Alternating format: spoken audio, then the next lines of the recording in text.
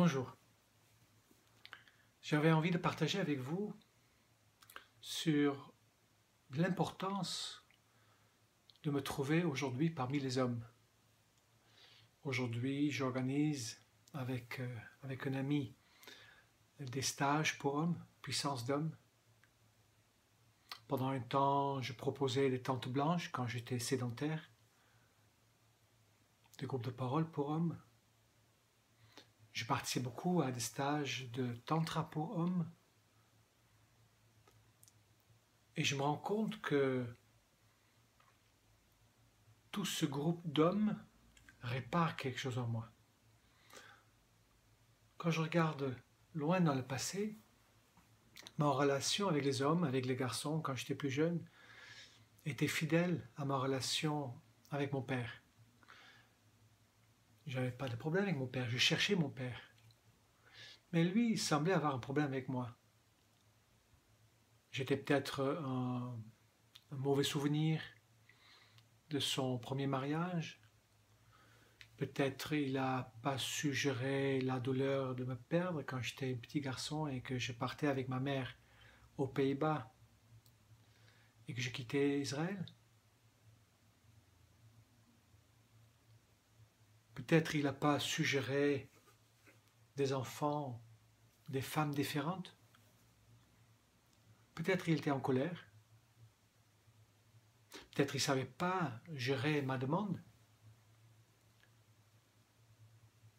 Peut-être il ne savait pas quoi faire avec une forme de violence inconsciente qui venait de ma part. Donc je ne suis pas conscient, mais que je peux m'imaginer. Quoi qu'il en soit, depuis toujours, je me souviens de mon père comme quelqu'un qui avait une certaine violence envers moi. Et moi, j'ai toujours cherché à être accepté de lui comme son fils. Je me rappelle un jour, c'était assez dur comme souvenir. Je dois avoir 22, 23 ans. Je venais tout juste de le retrouver. Et je lui dis, papa, je t'aime. Et il a dit, en anglais, il dit, ne tombe pas amoureux de moi. C'était pas facile à entendre. Quand mes parents ont divorcé, j'avais 5 ans. À partir de ce moment-là, et déjà bien un an avant, je ne l'ai plus revu. Il m'a fait une promesse qu'il n'a pas tenue, de me renvoyer quelque chose auquel je tenais beaucoup. Et quand je l'ai revu pour la première fois à mes 17 ans à peu près, il n'avait pas vraiment de l'attention pour moi. Ni pour ma mère. C'était assez bizarre. Pourtant, je le ressemblais comme deux gouttes d'eau. Quand ma mère est morte, je l'ai retrouvé. Pas volontairement, c'est des amis qui m'ont poussé d'aller le voir, disant que c'était important, pendant que moi, en fait, je n'avais pas vraiment envie. Et cette histoire a continué fidèlement tout au long des années à se reproduire. Depuis que je suis tout jeune, depuis que j'ai quitté Israël, j'ai toujours cherché à faire partie des groupes de garçons. De par la différence de langue, de religion, ça c'était le prétexte physique, je me sentais souvent rejeté, même agressé. Les garçons me cherchaient pour se battre. Heureusement, j'étais costaud et j'étais connu comme étant très fort, donc je ne perdais jamais. Mais on me cherchait vraiment pour me battre, pour m'abattre. Je ne me rendais pas compte que je répétais le schéma avec mon père. Dans l'école primaire, c'était comme ça. Au lycée, ça se reproduisait avec mes profs d'une certaine manière, avec mes amis, ou systématiquement par des amis proches, je me faisais trahir, rejeter. Dans l'armée aussi, quand je faisais l'académie militaire, j'étais plutôt exclu. J'étais le seul juif de l'année, peut-être ça jouait aussi, mais j'étais rapidement mis de côté. Il me fallait beaucoup de volonté pour traverser ça. Très difficile, ça a été pour moi de me faire une place parmi les hommes. En même temps, en parallèle, quand j'étais dans des groupes, j'étais donc soit effectivement à l'extérieur, rejeté, soit j'étais le chef du groupe. Ça, c'est l'autre revers du médaillon. Je pense qu'on le dit comme ça. Donc soit j'étais en dehors, soit j'étais le chef. Assez particulier. J'avais plutôt une facilité avec les femmes. J'étais depuis tout jeune, quand il y avait des fêtes, je m'assieds toujours avec des femmes, avec des filles. J'étais plus à l'aise, logique. J'étais élevé par ma mère. J'étais plus à l'aise avec ce que les femmes se disaient entre elles. Alors, pas, comment dire, étonnant que plus tard, j'allais vivre donc des problèmes vis-à-vis de ma masculinité, vis-à-vis de ma sexualité, vis-à-vis de ma relation à la femme en tant qu'homme. Pourtant, depuis que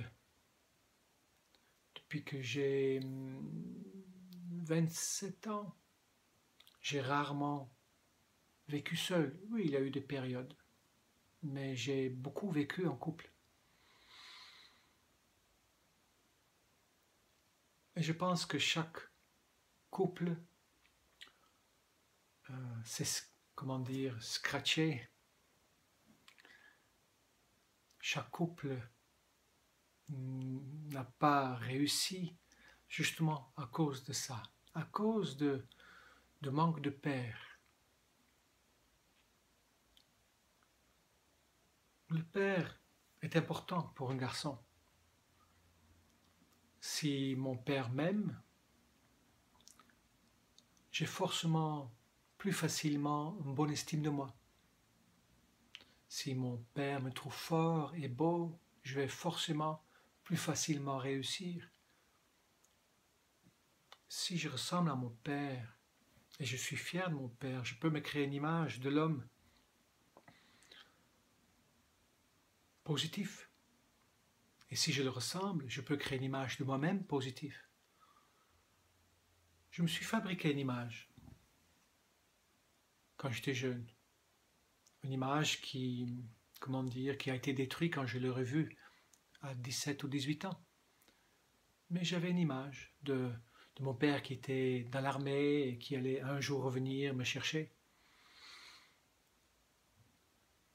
Ce manque de père a eu plusieurs effets dans ce sens-là. C'était plus facile pour moi de faire la cuisine, le ménage ou le repassage que de bricoler. C'était plus facile de faire des choses sédentaires que d'aller explorer. Des choses aussi toutes bêtes comme faire pipi. Je le faisais comme des femmes, assis, pendant très très longtemps, et encore c'est plus facile, je trouve, plus propre aussi.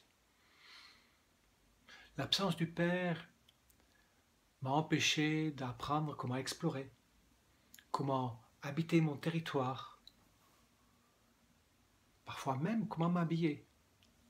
Pendant très très très longtemps, je regardais comment mes amis s'habillaient pour aller à certains endroits. J'avais pas de repères, je ne savais pas comment faire.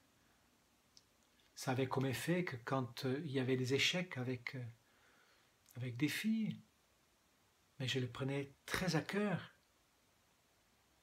Je pense qu'il fallait un père à côté pour me dire « c'est pas grave mon fils, c'est pas parce que cette fille ne veut pas de toi que tu es nul. » Puisque c'est comme ça que je l'ai pris. Quand une femme ne voulait pas de moi, je vivais un rejet énorme et un abandon énorme.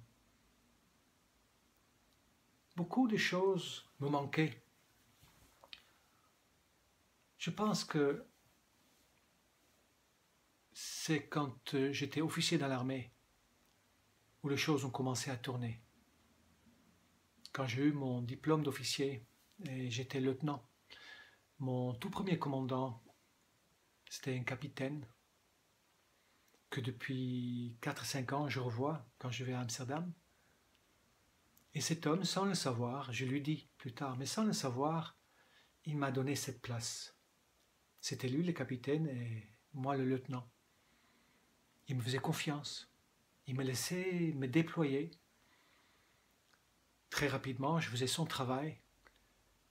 Et ça a même permis à notre unité d'être la meilleure unité du bataillon. Et à mon unité d'en être, comment dire, la source, la raison. Parce que l'unité à côté de la mienne était plutôt pas très bon. Donc cet homme a été très important. C'est donc beaucoup plus tard, tout en avançant bancalement dans mes relations, en cherchant cette place d'homme que je ne trouvais donc pas.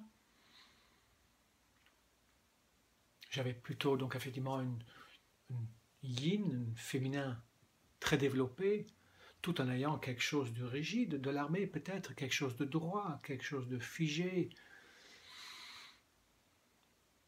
de juste peut-être, mais un drôle de mélange. C'est quand effectivement je commençais à participer à des stages pour hommes, de tantra pour hommes, où je commençais à apprivoiser l'homme différemment, à découvrir des hommes comme moi, en fait. Je découvrais que, d'une certaine manière, beaucoup d'hommes, peut-être tous, vivent quelque chose comme moi. Les détails sont différents, mais le principe reste le même. Un manque de pères, un manque de repères. Je fais une dizaine de stages de tantra pour hommes. Je fais pas mal de tentes blanches, de rencontres entre hommes. Maintenant, j'organise mes propres stages pour hommes. Et ces rencontres avec les hommes m'a permis rapidement, j'ose dire, je dirais en 3 ans, 4 ans, à remplacer mon père ERE pour mes pères AIRS, de le remplacer avec mes frères.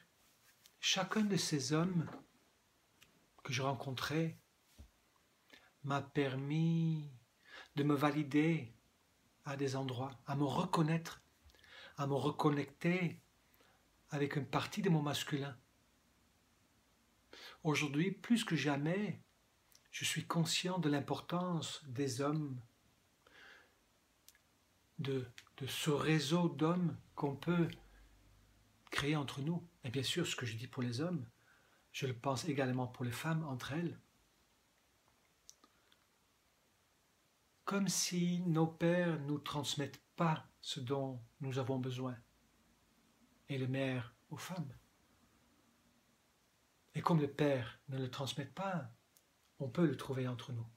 Je me rends compte que nous avons entre nous toute la connaissance nécessaire pour recréer de repères. Et c'est magnifique. C'est magnifique de voir aujourd'hui des hommes trouver le repère. Et je suis ému quand je me rends compte qu'aujourd'hui, je peux me trouver en tant qu'animateur pour des stages d'hommes, pour les hommes qui cherchent leur puissance. Puisque c'est grâce à ces hommes comme ça que j'ai trouvé la mienne de puissance. C'est grâce aux hommes, à ces repères, que je me rends compte que je me valide et que je me trouve et que je sais qui je suis et que je sors de mes peurs et que donc du coup, je deviens mon propre père. Et que je me prends par le pot de cou et que je dis va maintenant explorer le monde de Michael. Et que je me rends compte que d'aller vers des femmes, c'est beaucoup plus facile. Elles deviennent moins importantes. Je me rends compte que mes frères me nourrissent à la base et me permettent d'aller vers la femme, les femmes. Les femmes me nourrissent d'une autre manière. Elles me permettent de tisser pour aller vers le un, mais les hommes me permettent d'intégrer ma propre identité. C'est ça. Les hommes me permettent de devenir, m'ont permis de devenir mon propre père. Et tout doucement, je redeviens mon propre repère. Et du coup aussi, je reprends mon pouvoir d'homme. Je décide, j'ai choisi de devenir mon propre repère, de prendre ma vie en main. Comme certains le savent, je coupais ma carte Sésame vitale. Je n'utiliserai pas ma retraite. Je ne paierai plus d'impôts. Pas en révolte contre la société, non. C'est pour me dire oui à moi. Je décide moi-même ce que je fais avec mes ressources, à qui je le donne, comment je le donne, où est-ce que je vais, comment est-ce que j'y vais. Je suis maître de ma vie, comme il a dit Mandela. Je suis le capitaine de mon âme. C'est ce que je voulais partager avec vous aujourd'hui. Je vous souhaite une très très belle journée et à très bientôt. Au revoir.